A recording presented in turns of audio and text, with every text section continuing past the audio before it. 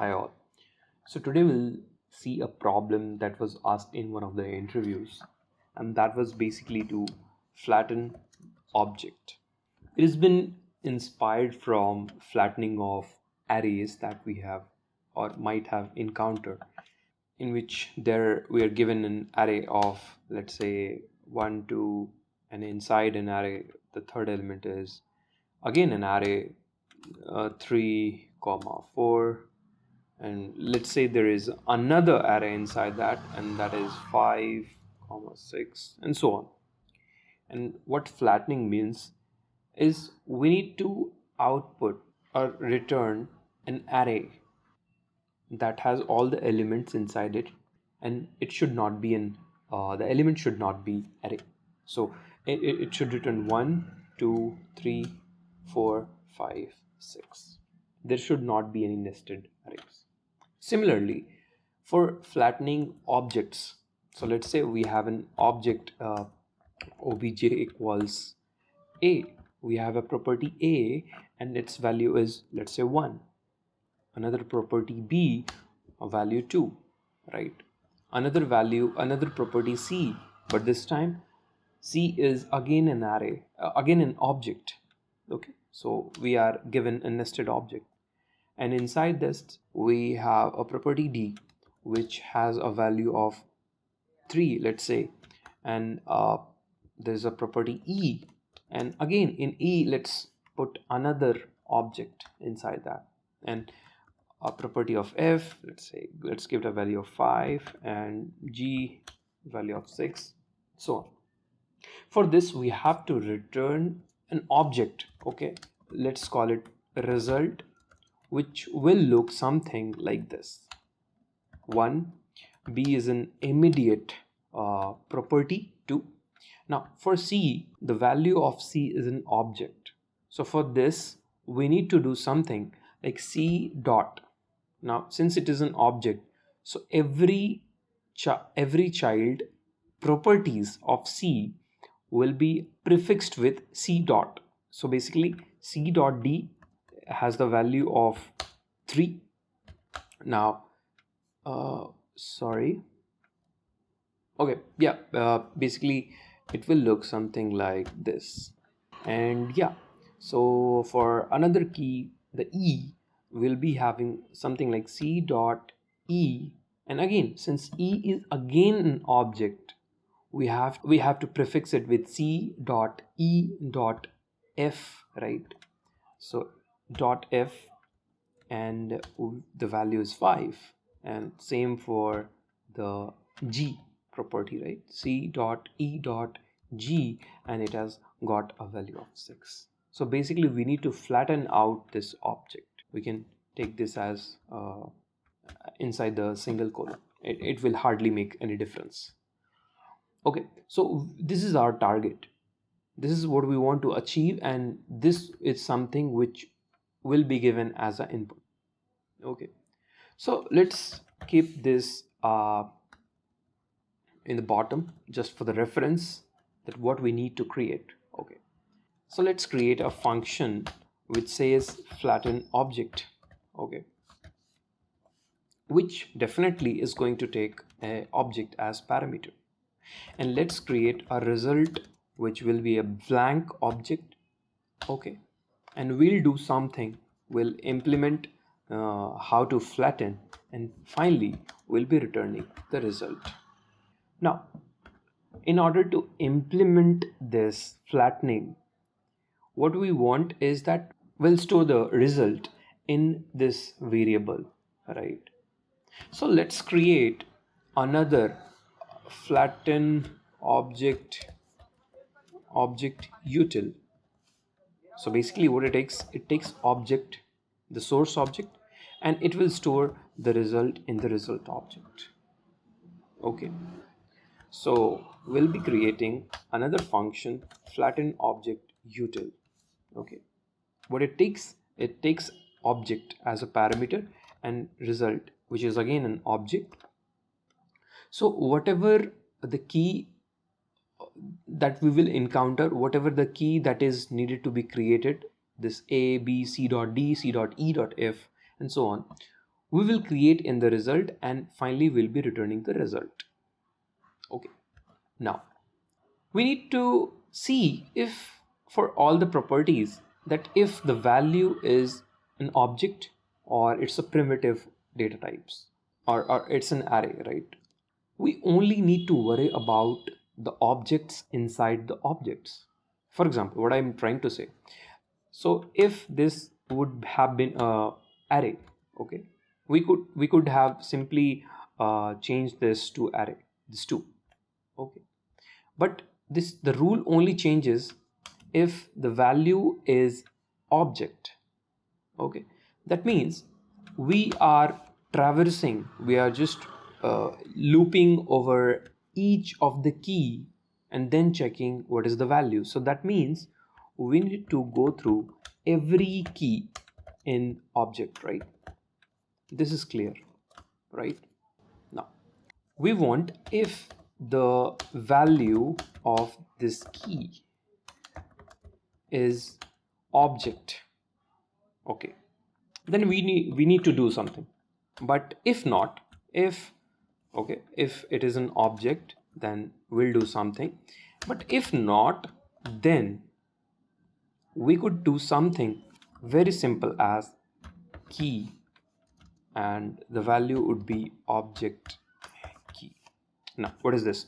So basically we are adding a key in the result object, and will be giving that a value what is there inside in the original object, right? So basically what I'm trying to say, when it comes to a, it will check whether the value, so if object key, the value, see, if the value of this key, that means object and key, is instance of what, object, okay, then we need to do something, we'll see later. But if it is not, then we can simply add a key in the result object, okay. Now what if we encounter that, okay, the object key, that means the value of this key, is an object? In that case, we can clearly see we need to flatten object util. We need to call the same method, and for this object, and not the original object, okay. So we'll pass this object key and result as it is. Now when it comes into execution, so here our object, this obj, will be this object, the one highlighted here, okay. So if this will be looped over the keys of this object, that means we'll be encountering D, E, right? But for D, when we are encountering D, the value is 3. That means it will be added to the result. But see, the problem is it will be added as D and the value will be 3, right? But if you'll see, we want something like c.d, where C is actually the key name of parent object. So somehow we need to pass the prefix to the recursive calls, right? Here we are in the recursive, first recursive call, when the control comes to line number 5. Here we are iterating through each of the keys, okay. When the key comes to C, it will see that, okay, this is an object, the value is an object, so it will recursively call flatten object util with the new object as object key, that means object of C. And when it will be executed, you'll see there is object which is this one, and result, that is the original object, I mean the original result object. But no way we are passing that, okay, C was the parent. So somehow we need to pass the prefix so that we can generate the keys or the property names like c.d. Okay, so let's pass this as key, okay. Okay, let's call it prefix. Prefix. But then if prefix is there, okay, so now that if we'll encounter D, we have to do something like prefix dot key name, that is key, right? So let key name is equals to generate a string, okay, that will be prefix and dot key name, that is key, right? And we'll write the result of key name as object of key.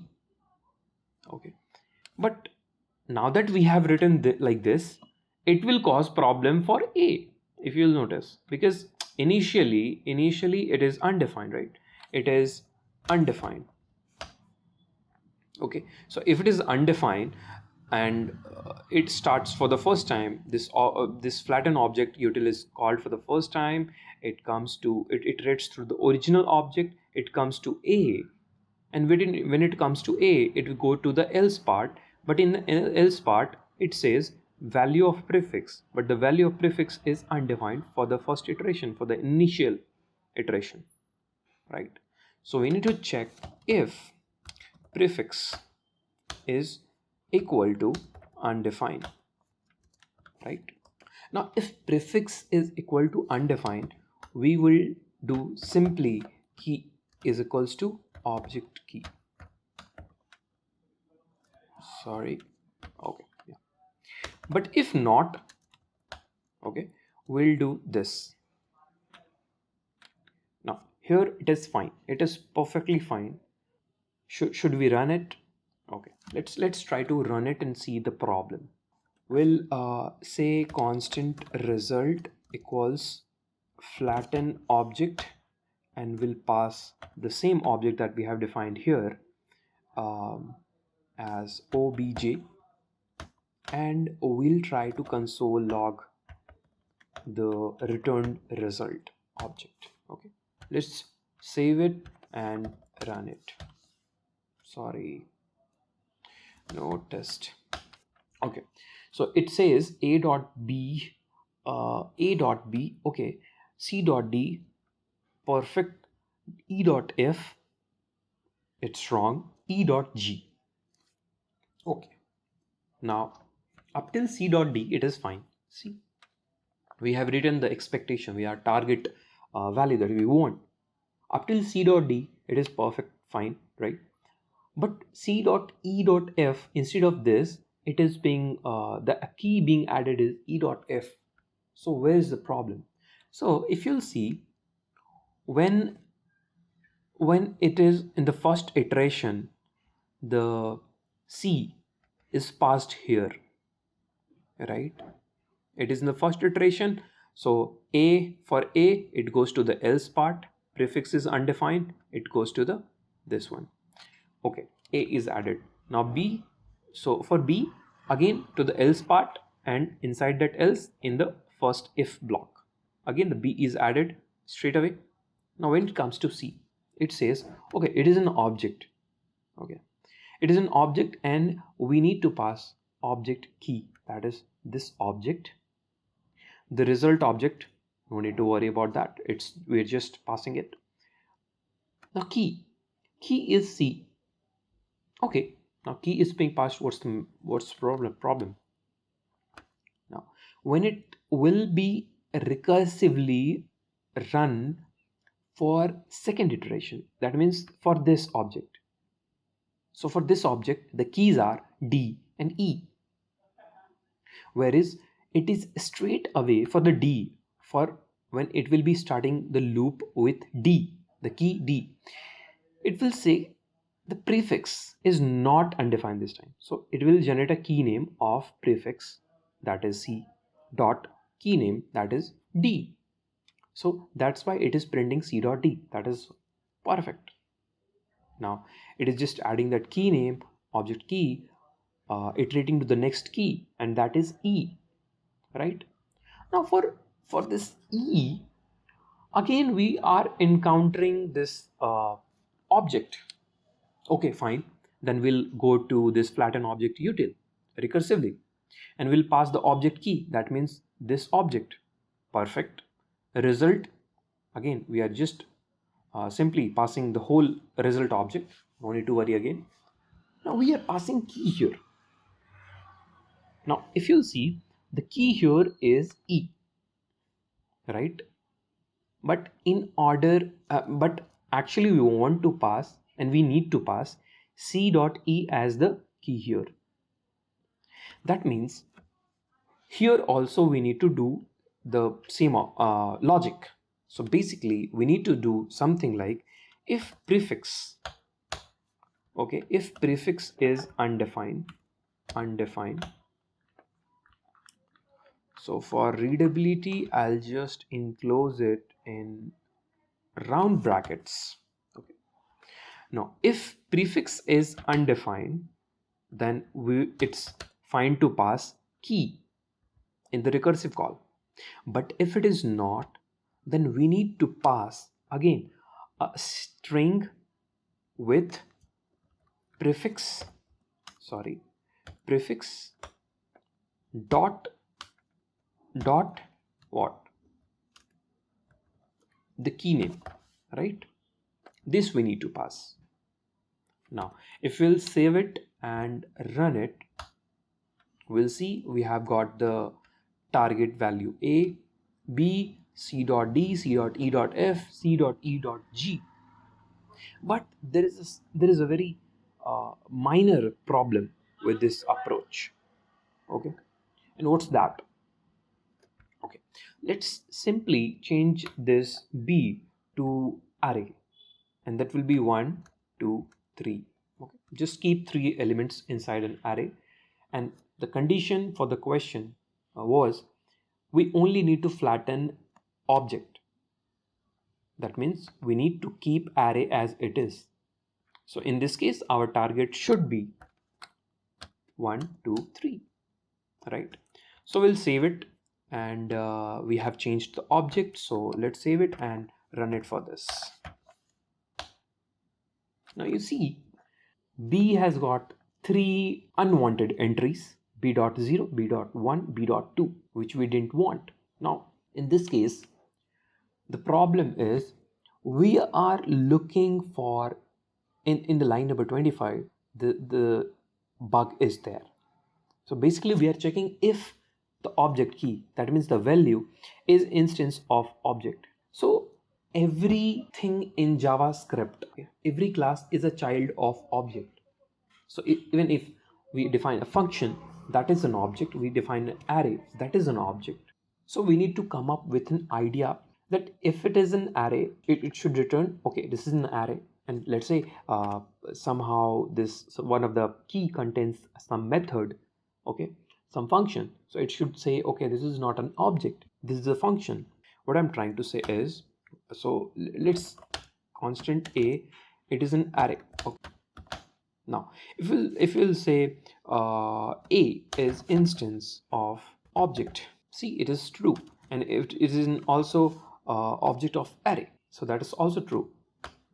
So for any object const a 1, 2, okay.